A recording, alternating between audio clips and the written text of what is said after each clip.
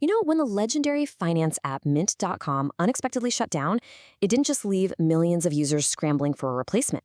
It actually exposed a massive, deep-seated philosophical divide in how we actually manage our wealth. So today in this explainer, we're breaking down the ultimate financial showdown: financial dashboards versus zero-based budgeting. Which one of these methods actually builds wealth? Let's get into it. To really understand this divide, we have to start with a deeply relatable pain point. We've absolutely all been there, right? You download a fancy new app, you connect all your bank accounts, and you look at this beautifully colored pie chart showing exactly where your money went. You see this massive slice dedicated to dining out, and you think, wow, I spent way too much at restaurants last month. I really need to stop. But here's the fundamental problem. Staring at a beautifully colored pie chart of your past spending doesn't magically stop you from overspending at a restaurant next month. And this brings us to a really profound realization from our source material. One user beautifully summed the whole thing up by saying, information without structure doesn't change behavior. Simply observing your money is not the same thing as actively managing it. I mean, seeing that you dropped $800 on takeout doesn't magically conjure up the willpower to cook dinner tonight, does it?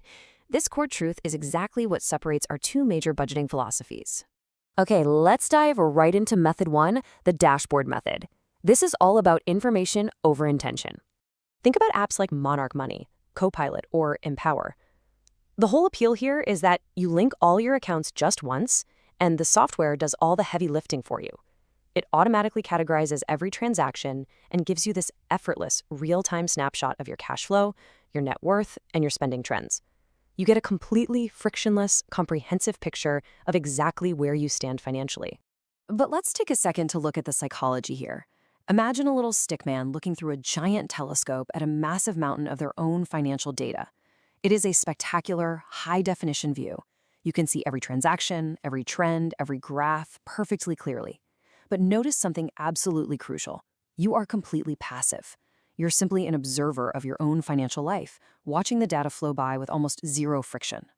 This passive approach has spawned a huge market of incredibly powerful apps designed to aggregate your data with practically zero effort on your part. Monarch Money, for example, acts as this luxury command center. It's fantastic for couples because it actually includes a free partner invite. Then you have Copilot Money, which is the sleek, privacy-first choice for Apple users. Empower is totally free and arguably the absolute best for tracking deep investment data. And Quick and Simplify, that one generates very hands-off spending plans. Honestly, if you have stable finances and you just want to know where your money is going without it becoming a daily chore, these are absolutely your go-to tools. Now, let's completely switch gears to method two, zero-based budgeting, or ZBB. Here, the focus flips entirely to intention over information.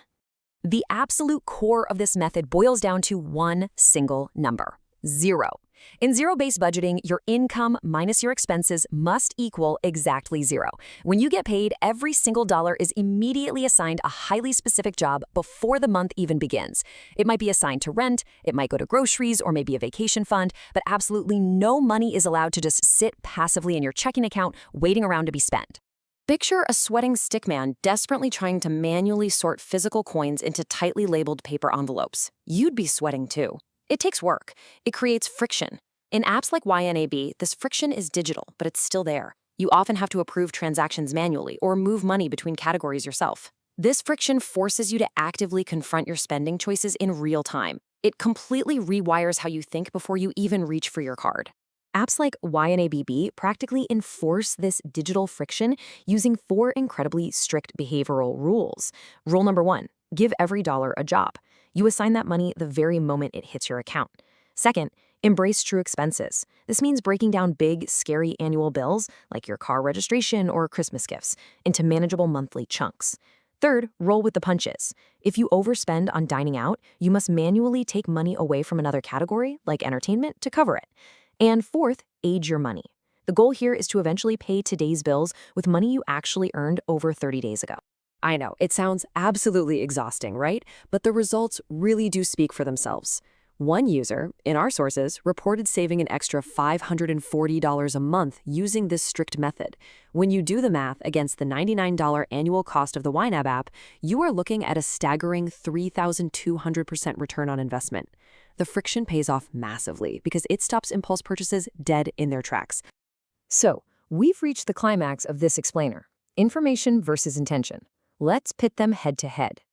The core difference between these two philosophies really comes down to time and action.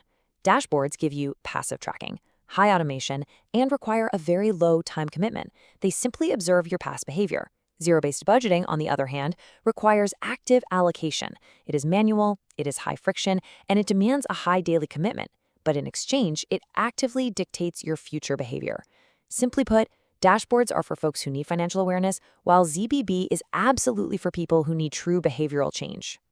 This leads us to one of the most powerful concepts in modern personal finance. Friction is a feature, not a bug. Think about it. If you are living paycheck to paycheck or you constantly find yourself overspending, the automation of dashboard apps actually enables those bad habits. You can overspend blindly because the app just quietly handles everything in the background. But the intentional friction of zero-based budgeting, it forces you to feel the pain of a conscious trade-off. You literally can't buy that iced coffee unless you actively steal funds from your own vacation envelope. All right, part 4, choosing your financial path. Let's figure out which one of these is actually for you. When you boil it down to the market leaders, you're basically looking at Monarch Money and YNAB. The annual price tag is nearly identical, sitting right around $100 a year. But the use cases, they couldn't be more different. You want to choose Monarch if you crave comprehensive visibility, deep investment tracking, and seamless joint access with a partner. But you want to choose YNAB if you need strict behavioral transformation, you are desperate to break that paycheck-to-paycheck cycle, and you are actually willing to put in the daily work. I want to leave you with this somewhat provocative question as we wrap up this explainer. Are you simply looking for an easy, beautiful view of your money just to see where it goes? Or are you finally ready to embrace the friction, do the hard work, and tell your money exactly what to do? You see, the right app isn't the one with the most flashy features. It's the one that perfectly matches your unique financial psychology. Figure that out, and I promise you, you're going to change your financial life forever.